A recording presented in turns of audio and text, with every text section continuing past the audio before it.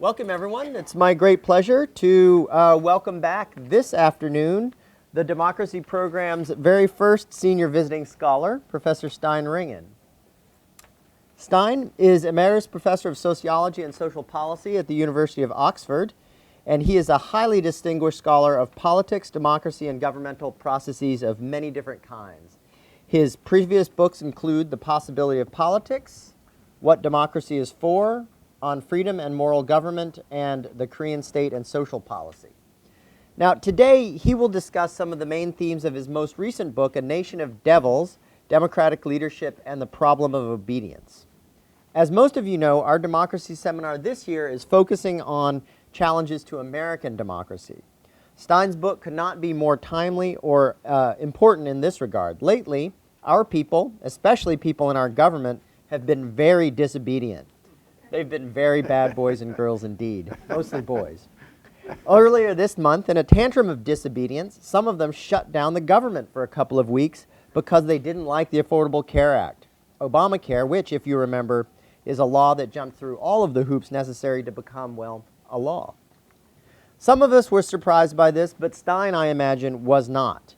Indeed, he wrote an entire book that investigates why the challenge of securing obedience in a democracy is so difficult. On page 64, he puts the problem this way. A government, then, is not just a body of persons, but a very small body of persons, practically speaking, a handful of men and women, 20 or so in all. That crystallizes our puzzle. How does it come about that so small a group of people can govern an entire nation? A government consists of people who are much like you and I. They have 24 hours in the day. They need sleep, eat, to take care of family matters, and possibly to have some fun. How do they do it? Well, evidently they do not.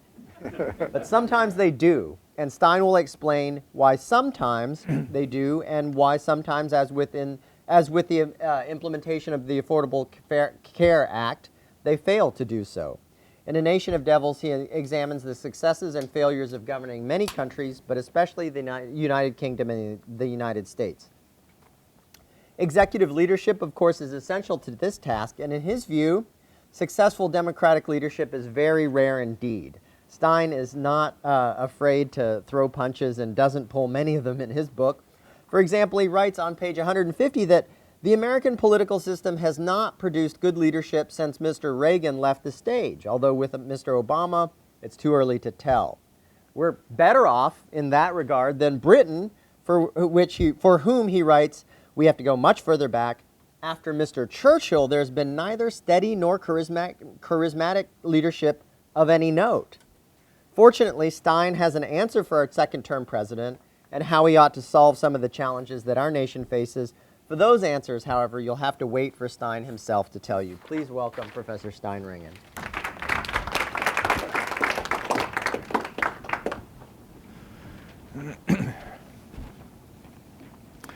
Well, thank you very much, Icon, for those words and for the invitation. It's a tremendous joy for me to be back here. I spent about a month here while working on this book, and that month was, I think, the most productive work period in an academic project that I've ever had, and it was absolutely decisive for getting this treatise on devils together. I should say, though, that the devils in this title are not the disobedient ones that you mentioned, but it's us down here who are disinclined to obey our leaders up there, as we should. So it's a book about how governments get things done, and it's a book about how they should get things done. And since I'm a man without shame, it's modeled on the great Machiavelli and the Prince. And in my own mind, from time to time, I've thought of it, or at least part of it, as a Machiavelli for democracy. But in the comparison, I failed very much on one account. Machiavelli was brilliant in brevity, and although I kept cutting as much as I could in this manuscript, I didn't get anywhere near to the brevity that the master had displayed. But I'm working on it, Icon, so we'll see. We shall see. Now, there is a view that governments run things. At least where I come from, we take that very seriously. The Prime Minister runs the country, the Secretary for Health runs the health service, and so on. And we take that idea very seriously. Last winter, when there were some nights of frost in England, there were some highways that were poorly gritted, and the Minister for Transport had to answer in Parliament for the absence of gritting on the highways in Yorkshire, and for whether or not he had assured that there was enough salt on storage in the salt storage units in Yorkshire and Buckinghamshire. Political leaders also take this idea of running things seriously. In the final television debate before the 2010 elections in Britain, Gordon Brown, who was then Prime Minister, he had been pushed onto the defensive in the campaign, and he started that debate by saying, there's a lot to this job and I don't get all of it right, but I do know how to run the economy in good times and in bad. Well, we should then have known that this was the time to head for the hills, but we didn't. There is also a view of how governments run things. They do that with the help of tools or instruments. There's a big literature in governance around tools, the tools and instruments of government. Government, says Christopher Hood in his book, The Tools of Government, detect problems and act on them with the help of the tools at their disposal. And those tools include, for example, control over information and resources, authority in the form of legal powers, and the management of people, land, equipment, and so on. And there is a view of what it is that enables governments to put tools to use. They can do that because they have power. Politicians get into government by winning power, and power enables them to get things done. Now, all that, I suggest, is wrong. It's just too orderly. Get power, get done. I, for my part, think that governance is a mystery, and I agree very much with Jeffrey Pressman and Aaron Wildavsky that it's amazing when government programs work at all. Now, on power, I'm not going to say very much at all here today. I'm going to speak at the Clow Center at Boston College on what is power tomorrow, so I'm going to skip that. But maybe just say that in my conception, it works a little bit like this, that leaders indeed have power, but there is not much they can get done with the help of that power. And the reason for that is that followers also have power, which they can use to frustrate the wishes of the leaders.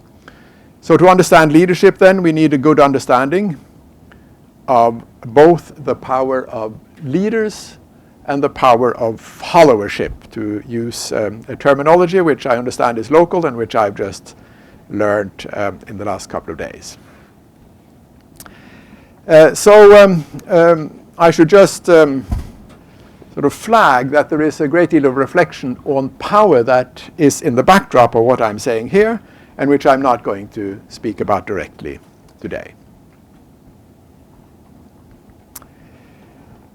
As for tools, well, no government that I've seen, and I've worked for quite a few of them, have had any toolbox to hand in which they could reach when they wanted to do some governing. The tools that Christopher Hood refers to are not in storage in government offices, but spread around in a myriad of agencies all over the country and beyond. Information, for example, one of the tools, is not under ministers' control, but is filtered through to them by their officials, who can and often do manipulate what they tell their bosses. Which then gets us back to the question of, to the business of running things. If power is not persuasive, and if governments do not control tools, how do they get things done? Well, to better understand that, I've gone back to first base and let myself be guided by a question that Richard Rose put to us in a paper about 20 years ago, when he asked, in plain man's language, what governments do? What do governments do?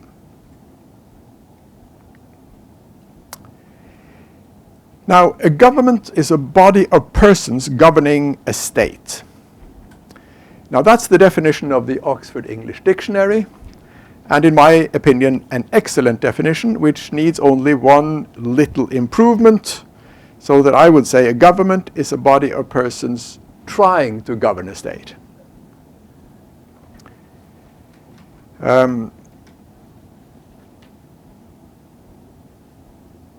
They do have in their hands power, but that is not anything that enables them to govern in the meaning making things happen out there in society.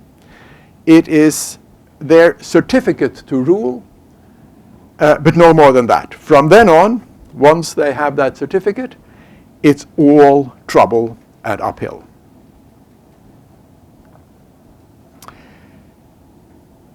What governments do? Well, governments, in my scheme, do one thing and one thing only.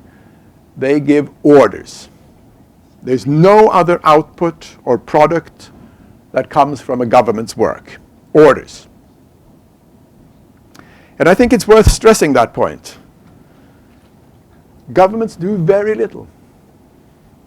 Now, that's contrary to the way we often think about governments as wielding great powers.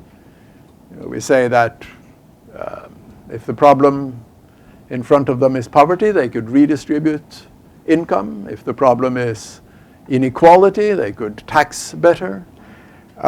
If the problem is unruly behavior of private corporations, they could regulate, and so on.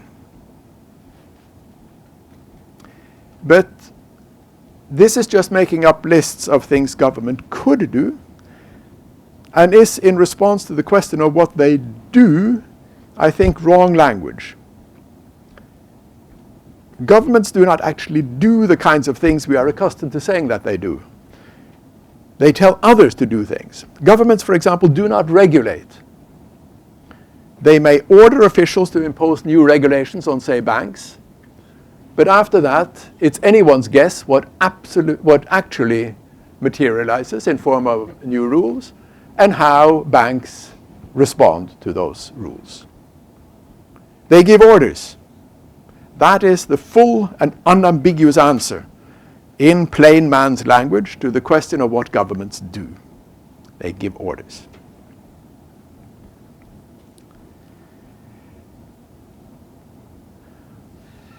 Now, government orders then, as I see it, are of two kinds. They are either commands or they are signals. And that dichotomy makes for a complete classification of government orders by the kind of order. When a government gives an order, it is either commanding, or it is signaling, or it is combining the two. Orders are commands when compliance is compulsory. It's not at the discretion of officials whether or not to do as their masters tell them, nor is it at the discretion of taxpayers to hand over the cash that the law prescribes. Compliance is compulsory. That, of course, is not to say that there will be compliance, but compliance is nevertheless compulsory. Signals are suggestions from up high to underlings. Suggestions, encouragements, advice, information. And they are signals because compliance is not obligatory. It is at the discretion of us whether and how we follow up on the suggestions that come down upon us from up high. But make no mistake about it, signals are orders, and they are the smart way of getting people to do as they should but do not want. Now, in this little menu, my fascination is with signals more than commands. Commands is crude and simple. and actually something that governments can resort to very seldom and often to not much effect. And even when it is necessary to resort to the heavy hand of commanding, for example, when we are told to pay taxes, I return very often in this exercise to taxes, since I think the power to tax is really at the heart of government. That's the essence of governing, the power to tax. So I keep referring to that as an example. Even when governments have to resort to the heavy hand of ordering, they have to add on to their orders signals of encouragement. Which means that, signals, so orders are never used without being followed up by signals, at least if they're going to have some effect. But signals are often used on their own. So wherever there is government action, there are signals. And it's signals that is the great constant in government actions rather than orders. It's through signals that governments can hope to get things done, in the meaning making things happen out there in society. And once we start looking, we see signals everywhere in public policy. People are endlessly told by their government how to behave and what to do. We are recommended to eat healthy food, to not smoke, to not drink and drive, to save more or spend less, or the other way around if the economy is lax, to practice safe sex, to read worthy literature, to not litter the landscape, to buy homemade products, to pick up and dispose of dog droppings, to economize with water and electricity, to wash our hands before eating, to pay careful attention to consumer information on food products, to take exercise, and so on. Parents are encouraged to read to their children. Prime Minister Mendes France in France encouraged the French to drink more milk and less wine, totally in vain, of course. Businesses are encouraged to pay workers a decent salary, or not to give excessive pay rises, to take measures for workplace safety, or to offer employees help with childcare, to minimize noise and pollution, to invest in modern technology, to help workers improve their skills, to support neighborhood civic activities, and so on. Churches are encouraged to do charitable work among the poor, pharmacists to dispense free syringes to drug addicts, trade unions to explain members the need to be responsible workers, lawyers to devote some of their time for legal assistance to those who cannot pay, doctors to be cautious with prescriptions. And so it goes on. Hardly anyone or any activity is free from advice about what to do or how to think. Campaigns for or against this, that, or the other is a constant feature of modern governance. Silliness galore, obviously. But far from only silliness. Governments need to inform, to persuade, and to manipulate when that is called for. A government must be seen and heard and make itself the center of attention, and it must outmaneuver those trying to outmaneuver it. It needs to control the issues that become salient in the press and in public awareness, and not to let others take hold of the agenda. It needs to lead, and it needs to display leadership. A government needs to use signals as well in its internal struggle to get its own administration to do what it wants of them. It is not enough to tell officials what to do, and often orders are counterproductive. In his History of Government, S.E. Feiner says that leaders at all times have been up against what he calls the problem of baron management. The king can give effect to his orders only through his barons, who must therefore be induced to enthusiastic support, if possible, or at least to acceptance, and discouraged from foot dragging, or at the worst, open resistance. Good political leaders inspire those who work for them. If they try to get things done by putting fear into their officials, they may get obedience, but they will not get efficiency. Now, since spin is now thought to be repugnant, and that is a result of the excesses of recent leaders such as Tony Blair in Britain and Bill Clinton in the United States, it is worth driving home that there are very good reasons for governments to make use of signals, and not only for the promotion of their own excellence. Signals are the government's inputs into the deliberation between itself and citizens, and within the citizenry. And that deliberation is the fertilizer on which political culture can flourish. There will not be effective governance unless governors follow through to motivating the dominated to obey their authority. There will not even be authority, since governors need to present themselves and their projects to the governed in order to extract the authority from them that they need. Underlings must be persuaded that they ought to obey and then nudged to actually complying. Without persuasion, no compliance. Citizens do not just have preferences. Preferences are formed, and it's contained in good leadership to contribute to infusing citizens with the will to reason and to cooperation. Now, this is the combination in which signaling in all its manifold forms is essential, that enables the government side to feed into a political culture of confidence and trust. Governance depends on vision, and there is no way of communicating a sense of purpose and direction without engaging with the citizenry. If a government has an intention and can realize it through encouragement, it would be wrong to go about it in a more complicated and possibly more repressive way.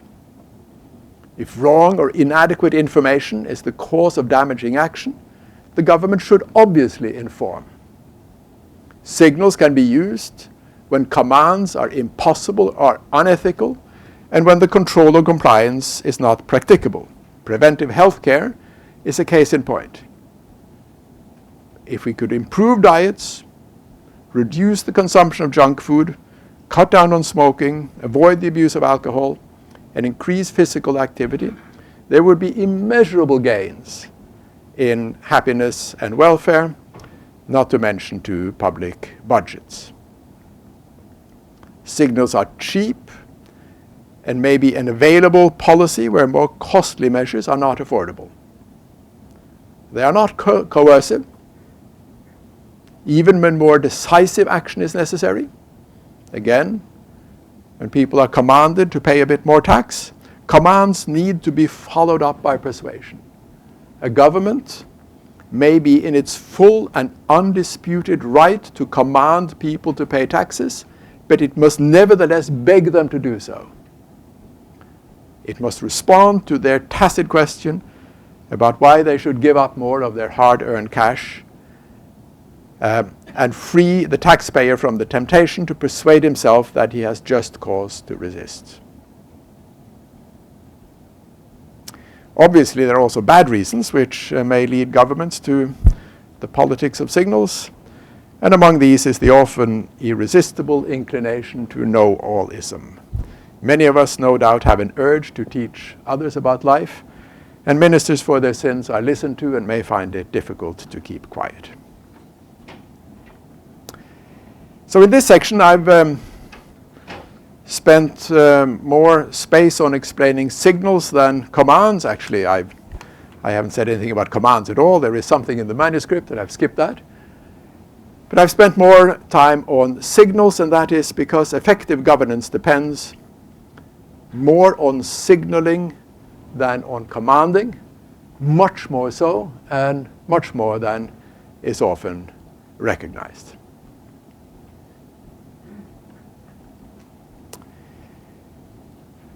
Now, governments give orders to get decisions made, and then to get decisions once made acted upon. Decision making and decision implementation.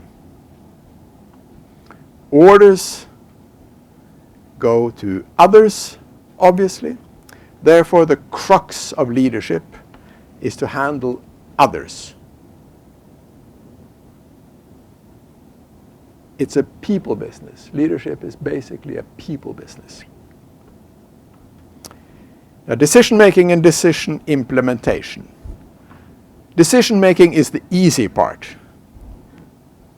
Well, I should be a bit careful with that, since I'm speaking, as Arkon mentioned, in the United States of America. Still, I think it holds in the United States of America too. Decision-making is the easy part, and I'll justify that a little bit as we go along. Decision-making is the easy part. Obviously, all kinds of things may go wrong in decision-making, but still, in the greater scheme of things, it's the easy part. And the reason things are comparatively simple at this stage is that those who are involved are few and close to each other. The ministers and their near others. It's always about others. As long as we are in the land of decision-making, it's ministers and their near others. Any government in a normal democracy, I underline normal democracy, not all democracies are normal democracies, but in a normal democracy, will have the authority they need to be able to order its near officials to do the planning that has to be done, and is likely to find their officials willing and eager. The government and the legislature should usually know each other well enough that the government will only by rare accident make a proposal to the lawmakers that it does not pretty much know will be accepted.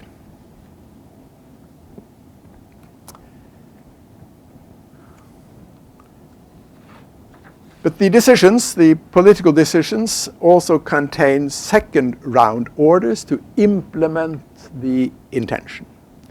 And this is where things get seriously complicated. There are now many more others involved, and many more who are distant others. Second round orders go first to the same officials in the same ministries who previously prepared the decision, but now as an order to put the decision into effect. And that changes everything. The government is dealing with the same people, but in a different way. While it previously told its officials to prepare, plan things on paper, it is now telling them to make things happen in life. And as I know very well from my own experience, in government, planning is easy and fun.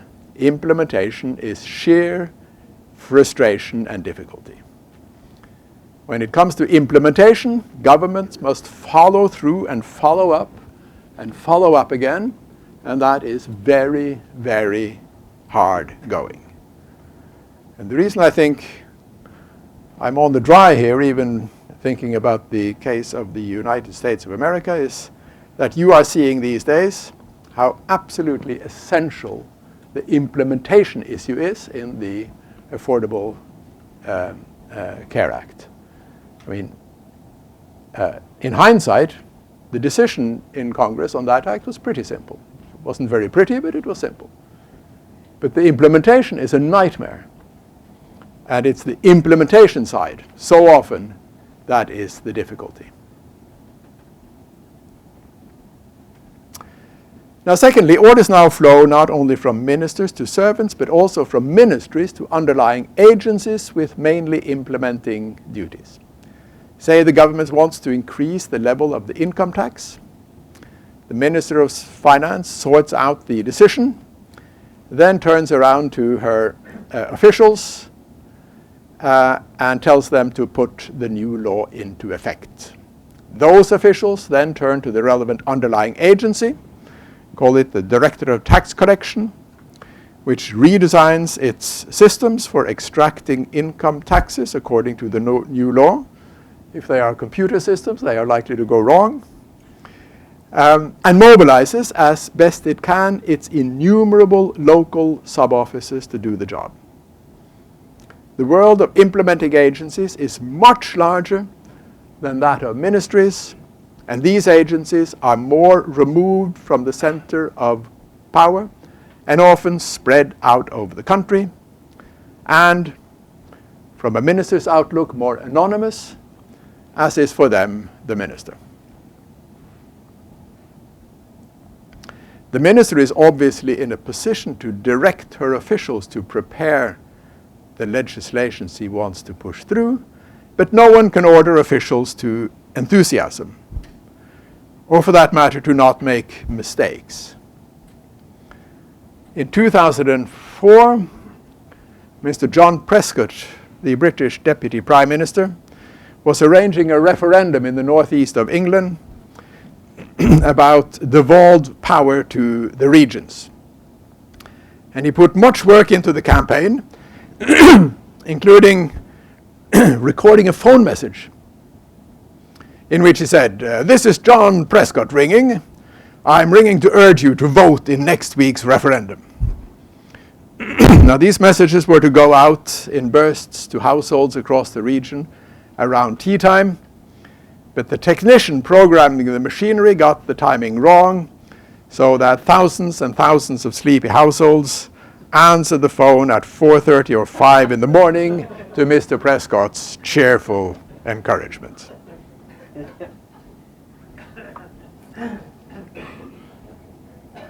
Now, a ministry can be reasonably handled by any minister who is not completely without charm and administrative skill, but when she turns her hand to implementation, she will find herself on more wobbly ground, and dependent not only on officials in her own secretariat, but also on those Michael Lipsky called street-level bureaucrats. To get a ministry to cooperate might be a bit of frustration, but to get the whole apparatus of agencies on different levels of responsibility and their thousands of managers and clerks to cooperate, coordinate, and pull together, well, that's a nightmare. Implementation is often local. Services have to be delivered where people live and work. And the trouble with implementation, therefore, is not only the distance and that orders must travel down through multiple layers of administration, as in a game of Chinese whispers, but also local interests and local government. And always, local people see things differently from how they are seen centrally. They think central authorities want to command them too much, do not understand local circumstances, and do not give them the resources they need to follow up on decided policies. Local interests are always suspicious and often contemptuous of those people up there in the capital. And local government always feel under siege and always want to protect and, if possible, to extend their domain of authority. Even local sub-agencies that are part of the central government's apparatus are often local in their identity and torn between the duty to execute orders from above and their inclination to see things from below. And even that is not the end of it. The orders contained in political decisions now go out into the country to those who are really distant, to businesses, organizations, voluntary agencies, schools, families, and to all the people who make them up as directors, workers, members, husbands, wives, pupils, and so on. And this is where things start to get not only difficult for the government, but desperate. It may be hell to get administrators to cooperate as they are supposed, but that is at least to deal with people whose job duty it is to obey orders. Once ministers are into telling ordinary people how to go about their business, they find themselves on very shaky ground indeed.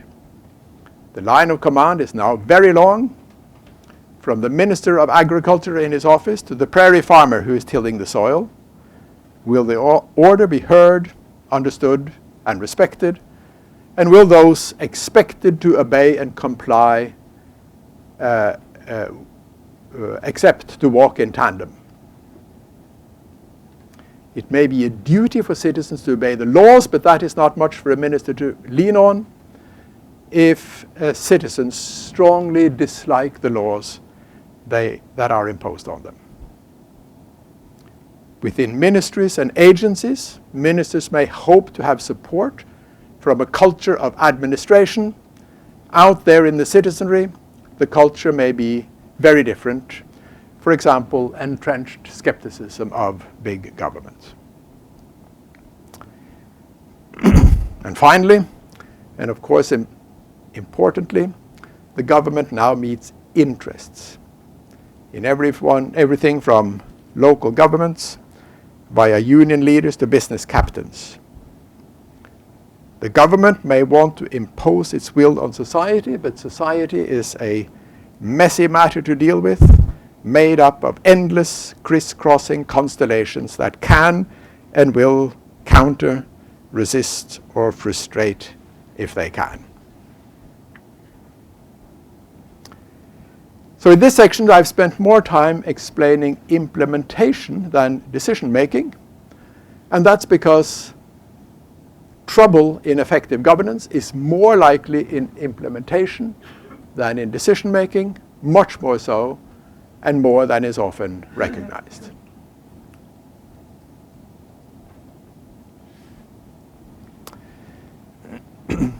Now, governments have big things they want done, and all they can do is to give orders, and that mostly to others who are reluctant, often strongly, to heed them.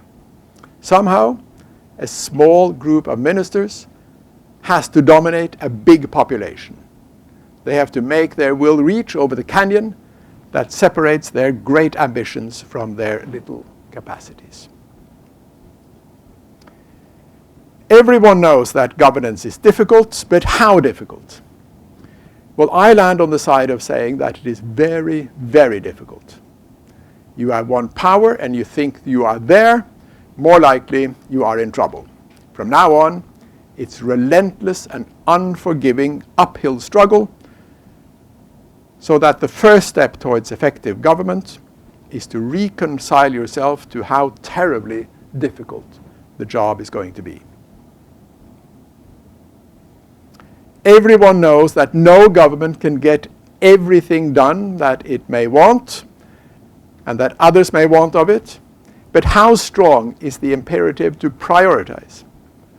Well, I land on the side of saying very, very strong.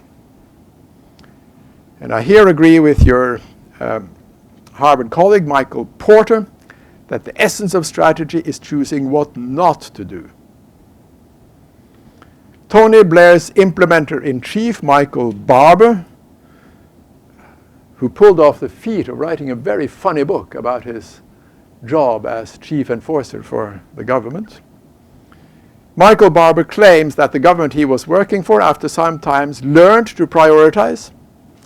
But when you read through his book, it lays out the difficulty. You meet long list after long list of ever-shifting priorities and see that much, indeed almost everything, was prioritized, but that very little, indeed almost nothing, was ever deprioritized. Everyone knows that public policy is a matter of making good decisions and then following through to their implementation. But what is the balance?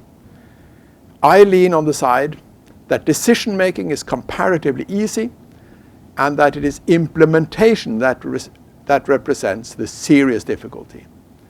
It is the hands of myriad others who often dislike what they are told to do and to cooperate about it, and over whom ministers have very little control. Everyone knows that leadership is a matter of both commanding and persuading, but what matters the most? The relationship between commands and signals, again, is that commands are useless unless backed up by signals, whereas signals are often used on their own. So surprisingly, therefore, it is the politics of signals and not of commands that is the great constant in government action. Signals, messages, projects, it was President Bush the Elder who called it the vision thing, are what a government that is to be successful must manage. Everyone knows that effective governance springs from a combination of good structures and competent leaders. but how much from each? Well, I land on the side of stressing persons, leadership, and skills. Some political scientists in the quote-unquote new governance literature believe that governance has become more complex. Complexity is their favorite word. It's not my favorite word. Simplicity is my favorite word, but for these guys, complexity is the favorite word. Governance has become more complex than it was in simpler olden times, and that governments are increasingly constrained in the options available to them. Understanding governance, then, is a matter of more observing the environment governments work within than how they operate. But this is a case of the more things change, the more they are the same. Governments have always struggled with making things happen. On this, nothing has changed, and there is no new complexity. In this book, I visit rafts of governments, both successful and unsuccessful ones throughout history, and see that governments can be unsuccessful in very favorable circumstances, and not only in hostile environments. The new Labour government in Britain as of 1997, my favorite example, was given all the power a democratic government could dream of, and had 10 years of uninterrupted, steady economic growth as their environment. Even so, it failed in almost everything it puts its hand to. Almost always when governments are effective and get done what they set themselves to do, it is under good leadership. The leadership of forceful personalities may not be sufficient for workable governance, but it is necessary and it is essential. These conclusions now I will pull together in two final recommendations. First, the law of leadership. Governance is today, as it always was, an art that some master and others don't. Second, in the law of simplicity. In public policy, keep it straight and simple. If you can't, don't do it. It won't work. If it isn't simple, it isn't implementable. Thank you for your attention.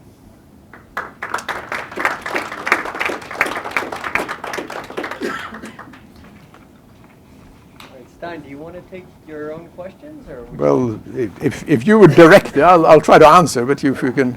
So, yeah, why don't we take some questions? We have plenty of time, actually, 25, 30 minutes for questions. So, comments?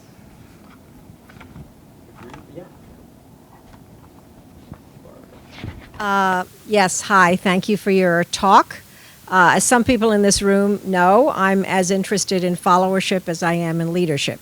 So my question to you is, I was glad you referenced followership in the beginning of your talk, but I'm curious as to why at the very end you kind of dropped it and returned to leadership as the sort of cure-all, when in fact your own earlier point was, at least by implication, how difficult it is to lead when followers simply are less inclined than they used to be to do what we want them to do. Right. Well, part of the answer may be that I've just these last few days learned the concept of followership.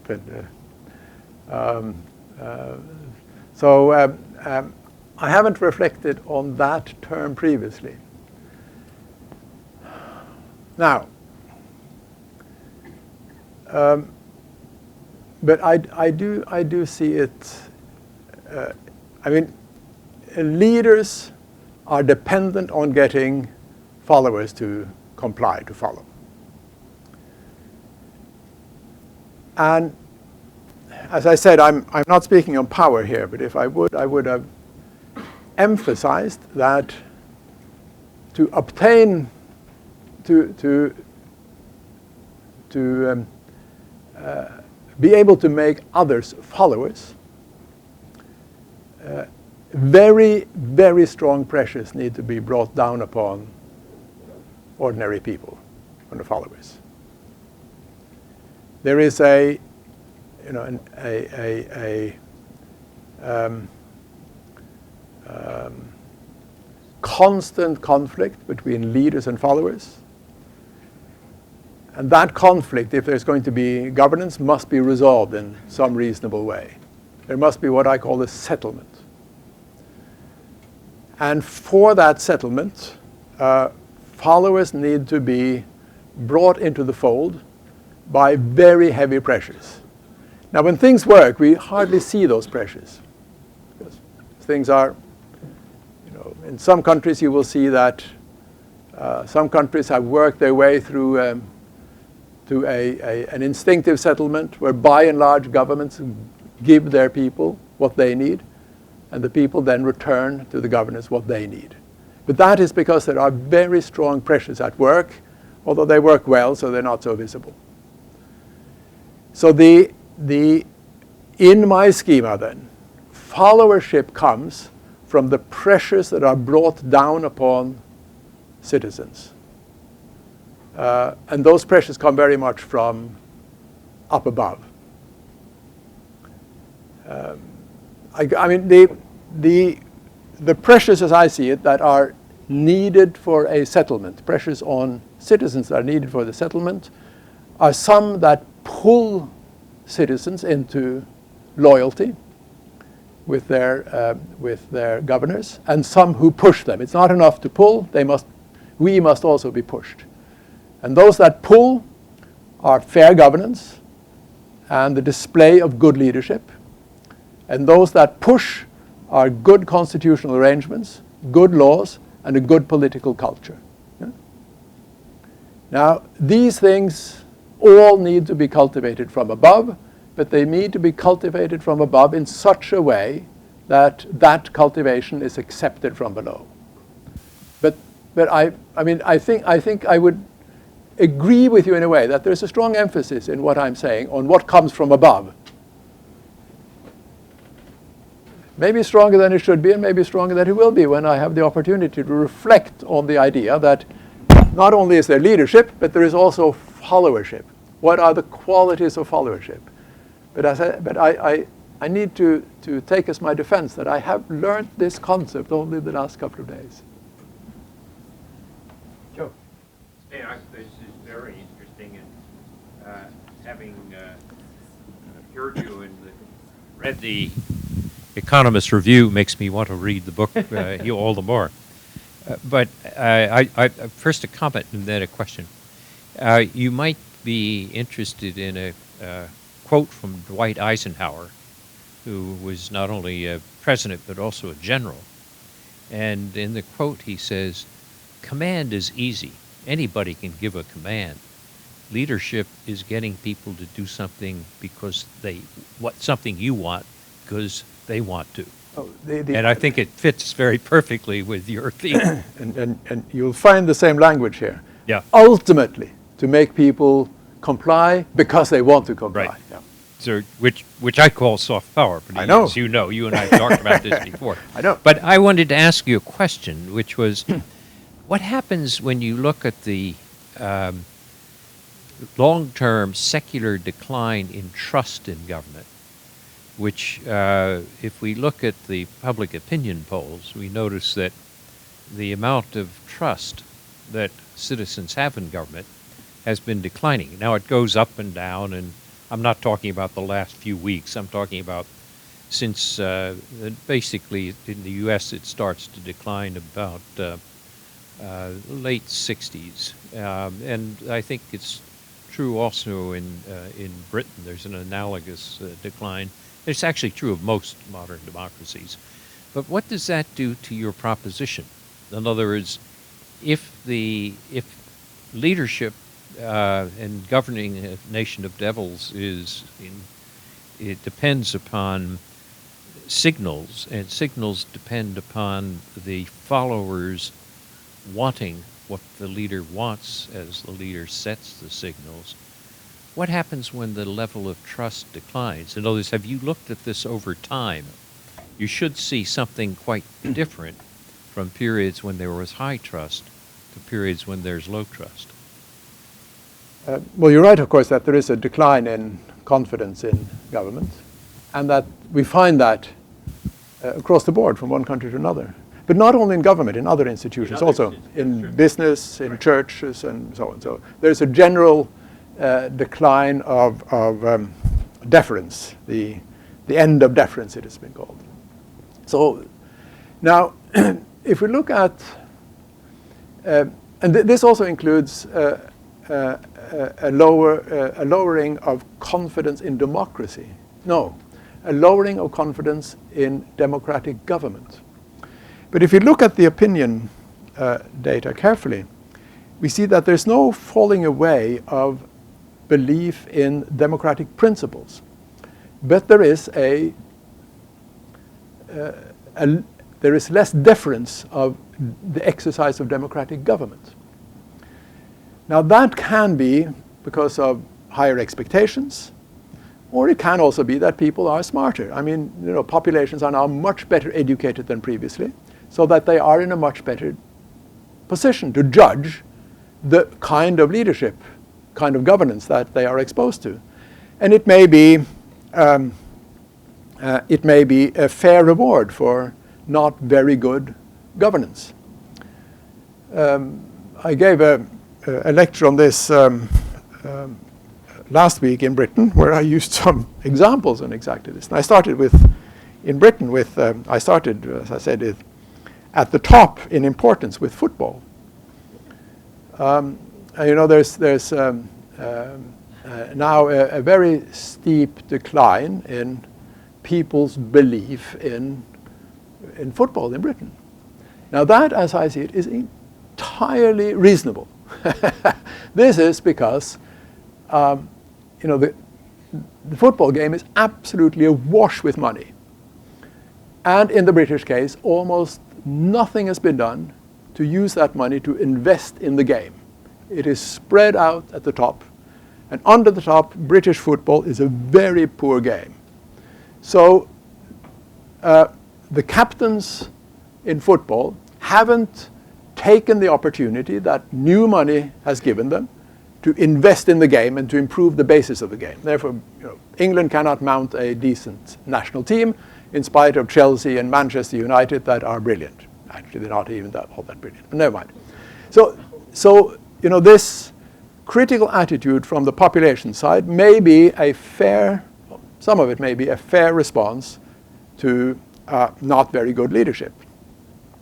However, it's clearly a very much more difficult game than it was previously. That governors have to prove themselves more strongly than previously, and that citizens ask and expect much more of them than they did previously. So this settlement that I'm talking about is more difficult to find than I think it has been in previous times. Now, I shouldn't add that although in this talk I spoke very much about signals, I also, in the broader perspective, underline very strongly fair governance. That if governance is not fair, it will not be respected because there isn't any good reason that it should be respected. So it's not just on the signal side. There's underlying that an assumption that governments must deliver real governance that merits the respect of their citizens. That too is more difficult than it has been. This is one of the areas where I agree with the new governance literature, that governments today have, in one area at least, less capacity than they had previously, namely in the power to tax. The power to tax has, because of globalization, is much weaker. It's much harder to do than previously. So there's more to it than signals. But also I have wanted very much to emphasize this dialogue between the leaders and the led, and that the leaders have to engage in that dialogue in a way that enables them to extract from their followers the authority they need. Yeah, I'll ask a question. Yeah, Mark. I mean, I'll try to be a bit briefer. Yeah, no. You have some time. It's fine. So, what we're kind of working up to is an account of signaling and successful and less successful signaling. And so I hear you urging, renaming our chief executive office to the signaler-in-chief rather than the commander-in-chief, I think.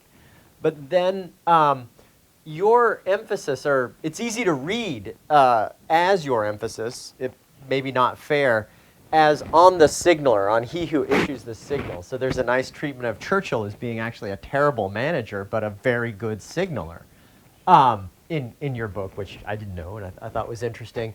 But then, stressing Joe's comment a little bit and expanding it, there's two other, and then also Barbara's, there's two other considerations, right? One is the context in which the signal is given, right? And so Churchill may have had a particularly favorable context, one of national emergency in which everybody is receptive to a signal, and indeed is looking for a unifying signal, right?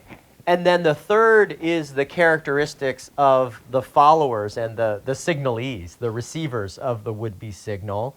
And part of that has to do with the information environment and how good they are at judging what's being sold to them. Part of it may also be much simpler considerations like homogeneity. You may think that it may be much easier to issue successful signals in a country that's very homogeneous, Germany before unification and large immigration, small northern European states, et cetera, as opposed to the United States, which is notoriously heterogeneous. But so I'm wondering whether or not you'd accept kind of that, the equal importance, or maybe even more importance of those two factors, the context in which the signal is given and the characteristics of the signalees, beyond, maybe above and beyond the qualities or the charisma or the capabilities of the signaler. Yes.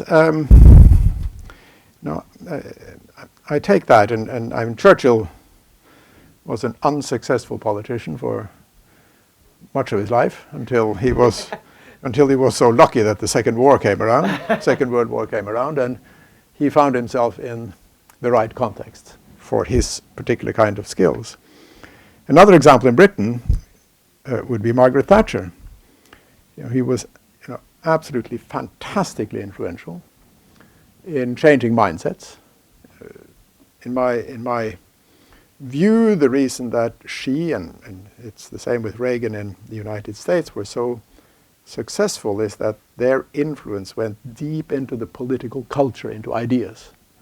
Not just in policies, but deep into ideas. And Margaret Thatcher in Britain, she certainly was able to do that because of the context. I mean, it's very difficult to remember today the damage that the Labour Party had done to itself in Britain and to the country. Things were falling apart in Britain. The lights were going out, rubbish was not collected. It's unbelievable how bad things were.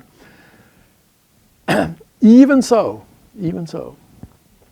at that time, I think there were alternative potential narratives that could have been mobilized to respond to the kind of crisis that Britain found itself in. And Margaret Thatcher was able to respond to that crisis and to capture a narrative. But I don't think, if one looks back of it, that it was the only possible narrative. Indeed, Margaret Thatcher's regime was unsuccessful in its first period. And she was heading for election defeat, even against the completely bonkers Labour opposition, from which she was salvaged only by the war in the Falklands. So when she came into power, today we think that there was a narrative there for Britain, which she articulated, and that it was almost inevitable that this was the kind of political change that would happen in Britain. I don't think that's right. There were alternative narratives that could have responded had there been other forceful leaders who were able to articulate a different story. And part of the reason that Margaret Thatcher was successful was contextual. As I mentioned the Falklands War, but it was also her forceful personality that enabled her in the long run to exploit the possibilities that were put in front of her, and in due course to sort of change political cultures and ideas in Britain in such a way that that change is still the dominant intellectual context in Britain today, after all that has happened subsequently. So the personality here again, I think, of course, the personality is not everything. There has to be a context. But given the context, the personality is also very important. So, thank you very much for the talk. And I'm delighted to see one political scientist who has rescued the idea that the state is in the business of exercising authority as well as in delivering services. And it feels to me like that's an important shift in sort of the way that government has been thought about recently in Great Britain and in other democracies. So I welcome that. My reading of the tools of government literature, though, which I think is again an interesting line of attack that hasn't really been taken up as much here as I think it could have been. There's a line of argument in the tools of government that says there are really three things that the government does, all right, as opposed to just one. And one of those is to give orders and use its authority.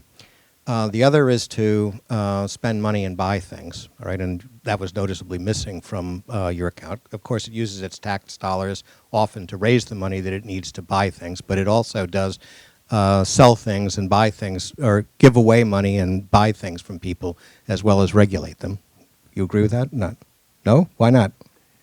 No, government does not buy things. Of course it does. No. It buys tanks, it buys government parts. gives others orders to buy things.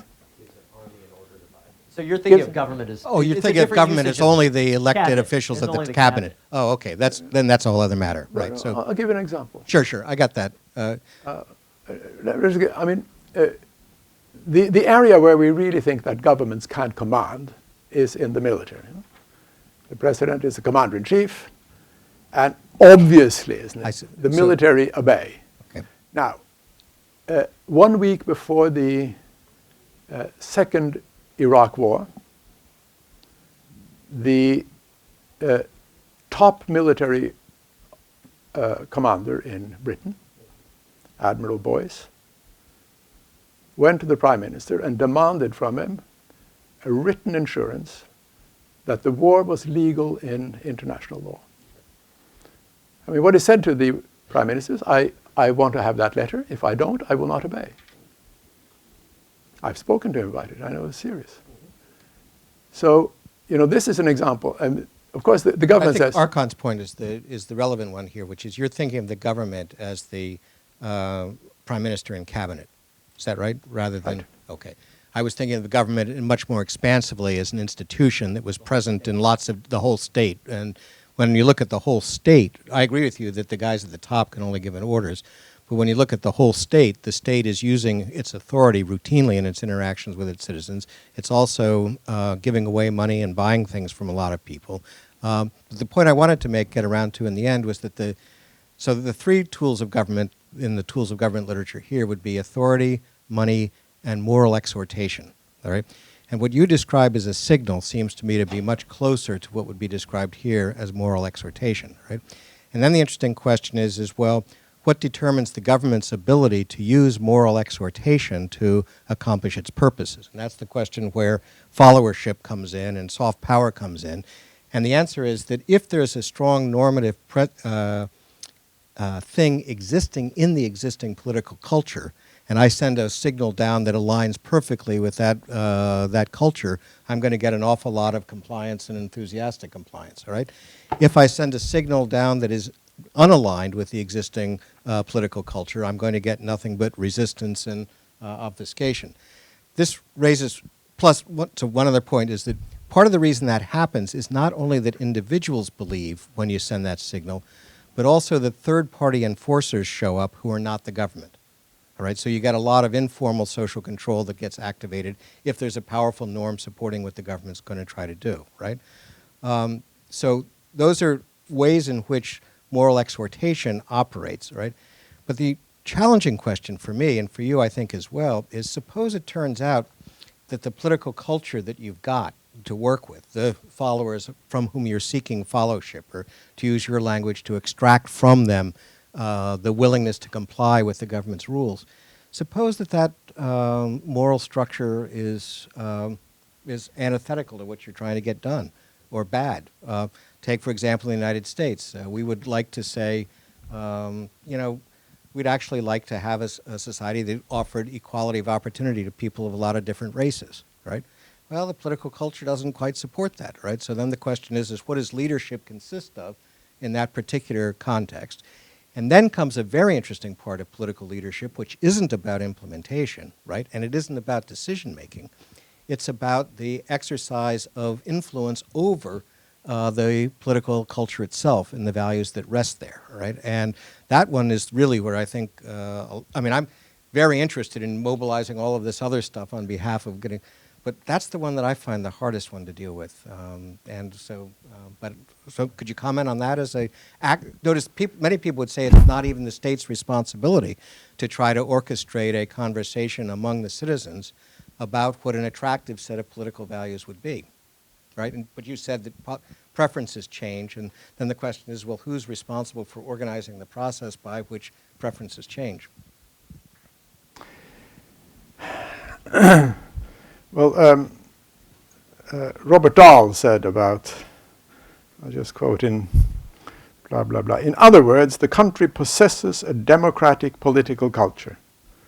Lucky the country whose history has led to these happy results. So the political culture rests on deep historical roots. Where there has been luck so that kind of culture evolves, it is likely to be maintained because people see that things have worked in the future. They believe that things are going to work in the past. Where it has not taken hold or is falling apart, it's very difficult to rebuild it again. Now, where political culture comes from is, as Robert Dahl says, it's a mystery. Yeah. All we can say is that it rests on, some of what we can say is that it rests on deep historical roots. But it also rests on the way governance is exercised. And I think here that the perception that government is exercised in a fair way is very important. Now, fair means that no significant group in the population has a viable reason to claim that they are being treated unfairly. Now, with the kind of developments we are seeing in our kinds of countries, with rising inequality and lowering of social mobility and so on, it's very difficult to see why citizens should think that they are being exposed to fair governance. So it's historical, but it also rests on the way government is exercised today. And here again, one dimension of that is fairness in governance, and another dimension is the display of good leadership. It's leadership that people see as attractive.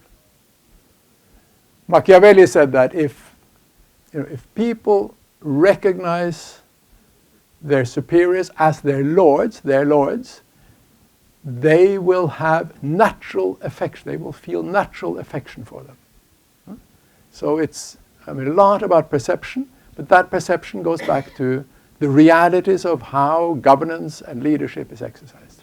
But you could imagine that the last 300 years of democracy was designed to get people to obey less because they felt a natural affection for the Lord and his skills than that they agreed with him on the basis of reason that they would like to go along with him. Right?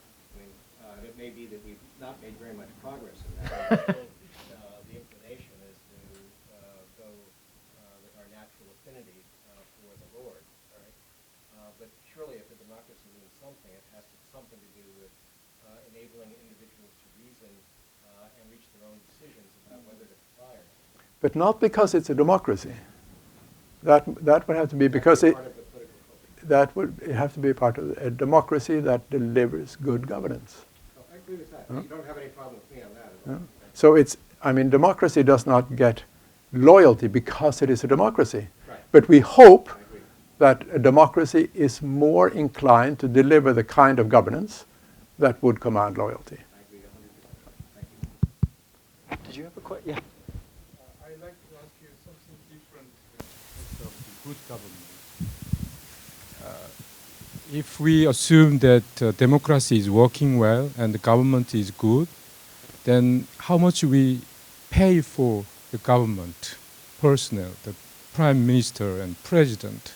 I mean, last 3 weeks ago, the government here was shut down, and the people in the governments, they went home because they are not paid.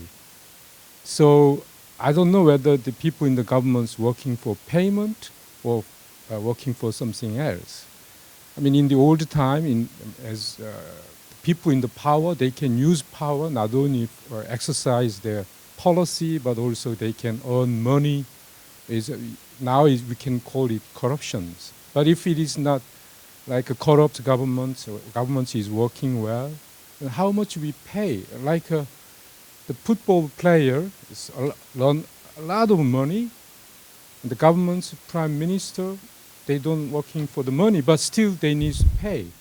And how we understand the payment for the government and how much we should pay for them?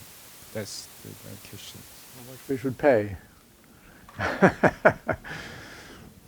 Tony and I were having a conversation yesterday about how much the Chinese state costs the Chinese people.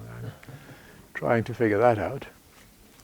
I mean, universally, political leaders are paid pretty moderate salaries. So there is, I suppose, a belief that they are in it for, not just for money, but for something else. How much we should pay our lawmakers is a very hotly debated question in Britain, where the political culture on this matter has ground itself into a kind of standstill, so that it is impossible to pay the lawmakers more than they're being paid now. So I don't know. I suppose it's like in any other market that one should pay what is necessary to get the reasonably qualified people to take those jobs. And that seems to be less than those kinds of, generally less than those kinds of qualified people would be able to command in other kinds of jobs. So I don't know. I don't have an authoritative answer on how much we should pay our leaders. Last question. Thanks, Arkan. My name is Justin Guest. I'm a lecturer in the Department of Government and Sociology. I guess in ways of linking several of these questions together, and something that's been on my mind, is the use of religion as a means of power. And perhaps the first reaction is, well, we're talking democracies, but still, the use of religion as a means of wielding power. And in particular, since the end of the Cold War and the end of history, the idea that the only ideology, the most persuasive ideology, is that of democracy and good governance was expounded, and really with September 11th being this year recognized milestone, the idea that Islam as a faith can also be wielded. In a lot of ways, you see many Western leaders lean towards a sort of Christian liberalism to respond to that Islamism as a response. And in some cases, not just a Christian liberalism, but actually simply unadulterated Christianity, in the case of George W. Bush, who regularly cited verse and frequently acknowledged the fact that he used the Bible to help make political decision-making, as you were talking about executing orders. So I'm going to play ball with the idea that the government is at the very top. I see religion as this emerging factor here that it seems to be, at least until this point in our discussion today, unrecognized. Maybe a powerful repertoire for signaling. Precisely. Stein's language, right? Yeah. Well, Feiner, in his history of government, covers 5,000 years. He returns repeatedly to belief systems. which may be religious but not necessarily religious.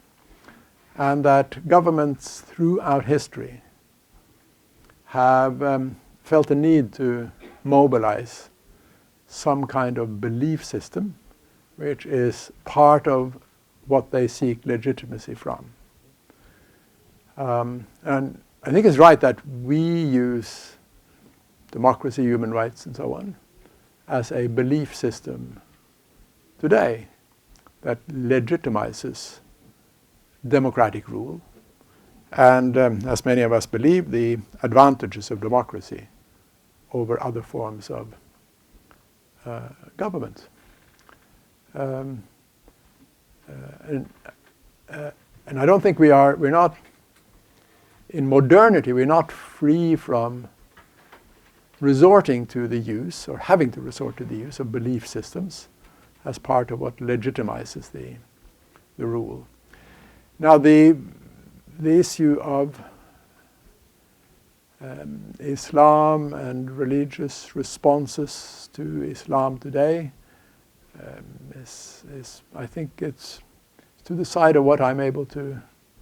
I mean, I have nothing more intelligent to say about that than you could say. I don't know how that is going to play out, whether we are dealing with short-term issues or some trends that are long-term and profound. I suppose that my point is that actually it's already playing out.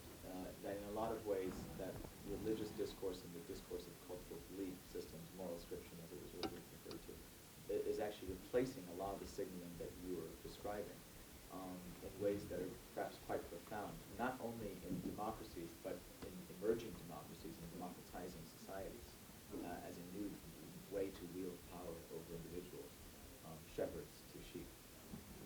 Okay, I'm not going to contradict that, and it's an interesting thought, an interesting idea. All right, well, let's everybody give Stein a big hand.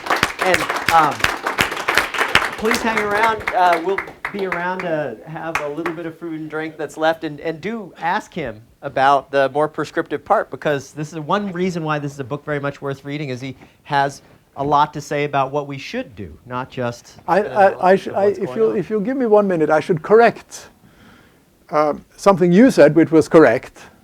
But what you said was correct because there was a mistake in the book, and that was about. And it's too bad that Joe has left. It was about the quality of political leadership in the United States. Well, it's right that I say in the book that there hasn't been any good leadership since Ronald Reagan, and then Joe has recently published a book about American presidential leadership in which he puts Bush the elder on a very high pedestal in terms of both moral and effective leadership. I had already elevated Eisenhower to that pedestal. I think he's a great leader. And I've been pleased to see that Joe and I agree on that. But I hadn't looked at Bush I need to be very careful there, Bush the elder. Bush the elder. If I'd had the benefit of that reading before I wrote this, I would have been a bit more cautious in my absolutism on that front. And maybe there's enough evidence now to make it the judgment about Obama. Well, I think there is. I think that it's also here. I think that Mr. Obama can go to retirement from the presidency in confidence that he will be considered a reasonably high standard president in the United States. Not as he wanted to be a transformative president, but a president that has achieved a lot in his presidency and much more than he so far is given credit for. I had a conversation with another colleague about this yesterday. I said, I'm not so sure about that, but I'm pretty confident that when the dust is settled, he will be considered to have been a very significant American president. Thank you very much.